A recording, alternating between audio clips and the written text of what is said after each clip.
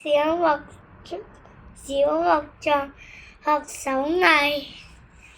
從前有一個小木匠，他聽說村子裏有一位老木匠的手藝非常高明，就跑去拜他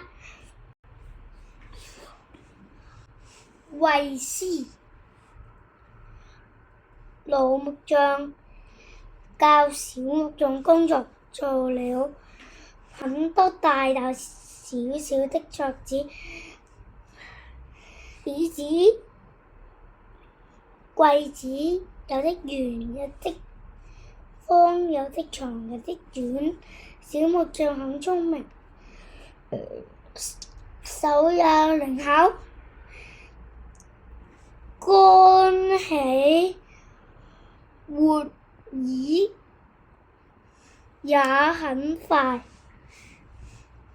但是他總覺得師傅教他的只不過是些簡單的技巧罷了，談不上什麼高明的手藝。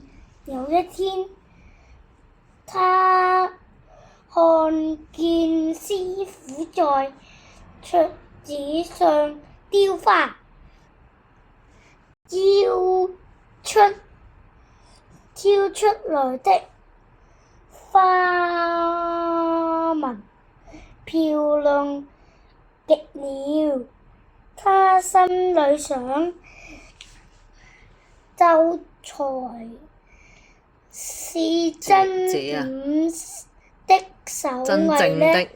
這才是真正的。讀一次啊！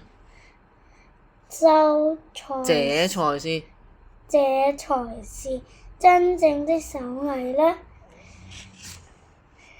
他就在自己做的桌子、椅子上面學師傅那樣又刨又刻的，他也刻出了好多花紋。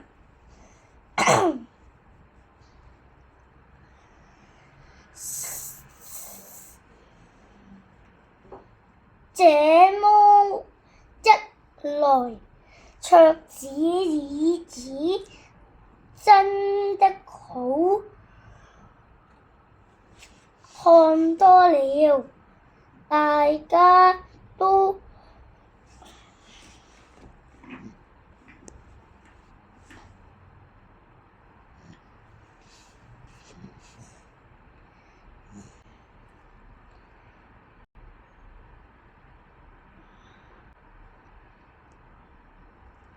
誇讚他手藝精巧。老木匠看了點點頭，卻沒說什麼。從此之後，小木匠整天忙着雕刻花紋，也不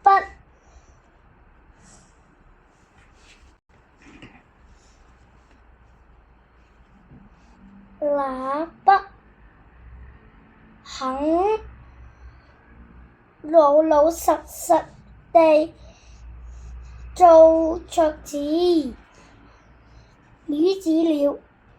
日子一久，小木匠就有些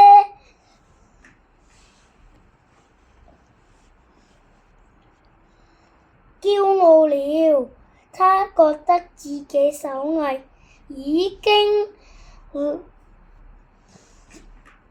夠好了。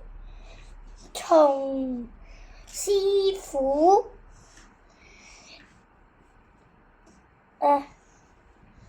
那兒